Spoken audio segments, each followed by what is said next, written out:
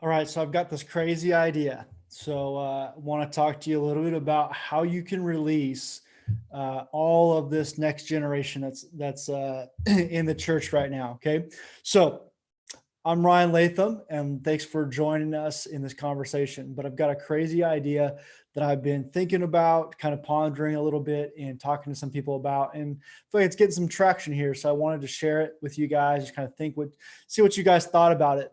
But as I've been going to these youth ministry conferences, reading books, reading up about the generations that's currently in youth ministry, and the generation that's coming up, and I've been hearing a lot of stats even about how, like one of the number one gifts that I think it's like 8 or 9 year olds are asking for right now is a YouTube channel.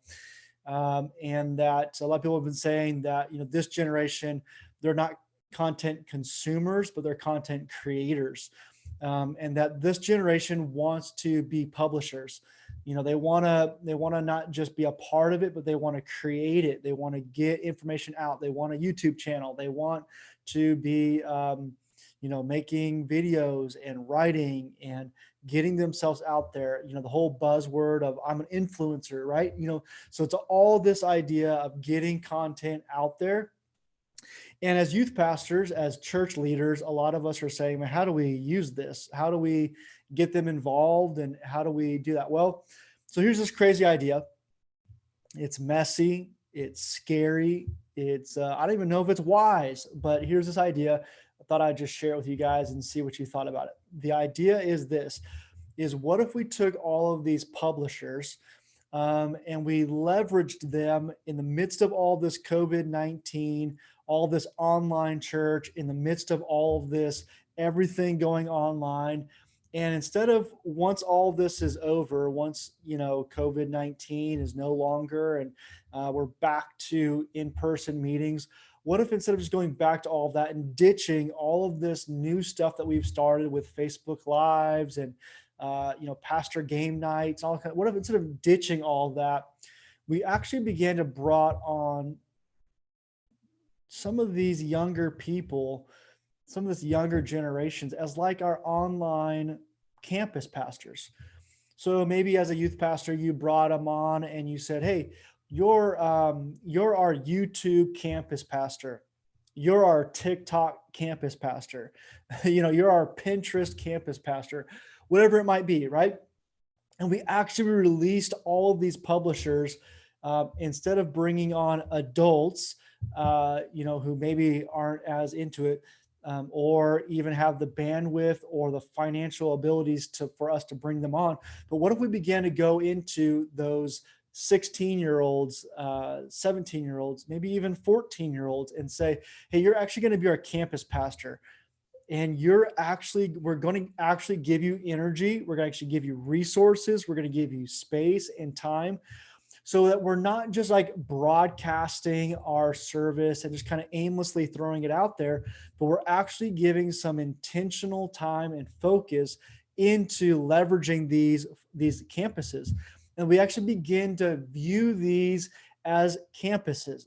We would never start a campus and then just kind of haphazardly throw some stuff at it, but we actually get intentional about it, throw finances, staffing, chairs and sound, all kinds of. What if, I'm not saying we have to get that involved, but what if we began to get a little bit more intentional about what TikTok looks like in 6 months? What does YouTube look like in 6 months? What does this stuff look like when all of this maybe starts beginning to go back to normal? Now, I know for a lot of us, the 6 months, we might still be very much digital, and I get that.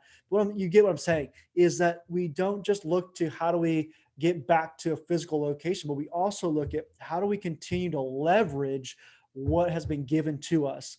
Um, and I think that leveraging some of these younger people might be part of that answer. Getting these guys behind and saying, "I want you dreaming up what TikTok for our church looks like, for our youth ministry, what that looks like, for our kids ministry, what does that look like?" And getting them to actually think like a campus pastor. And how do we actually create a community in this environment of YouTube? How do we create a community within this environment of TikTok? How do we create a community within Pinterest? And how do I leverage that through posts and timing and the type of things that we're putting? Because let's be honest, what works in TikTok does not work in YouTube, and what works in YouTube does not work on Pinterest. And so we have to customize each of the content creations that we're making for those environments. But who on your staff right now has the time and the energy and know-how to do all of that with your content? You probably don't. But maybe we could, and it's a scary concept to begin to think about releasing the hounds out there to do this. But look, that's what this generation wants, is they want to be publishers. So here's a way that we can leverage what this generation wants and what the church needs, and we begin to spread out our environment and we spread out that volunteer base. Let's be honest, a lot of times churches, it's like if you don't play an instrument or you don't sing and you don't preach, there's not a lot that we can do other than open a door, right? So here's a way that you can begin to all of a sudden raise up some more opportunities for people to get involved in your online campuses. And again, I'm using that word campuses because it's not just an online campus where you're just streaming your service, but you're customizing content for YouTube, customizing content for Facebook, customizing content for all of these different social media platforms. So it's going to take a lot of work. It's kind of crazy, highly risky, but I think that we can begin to maybe release the energy, release these publishers, the publishing generation, release them to do some things that our church needs and is asking for. So kind of a crazy thought. What's your thought? You think that this is crazy? You think there's no way? Terrible idea? Let me know. Or maybe, man, this is the greatest idea you've heard all week, maybe all month, all COVID, right? Let me know in the comments. What do you think? Great idea, terrible idea. Are you doing it? Are you already thinking about that? Let me know what your thoughts are in the comment. Would love to kind of dialogue about this a little bit.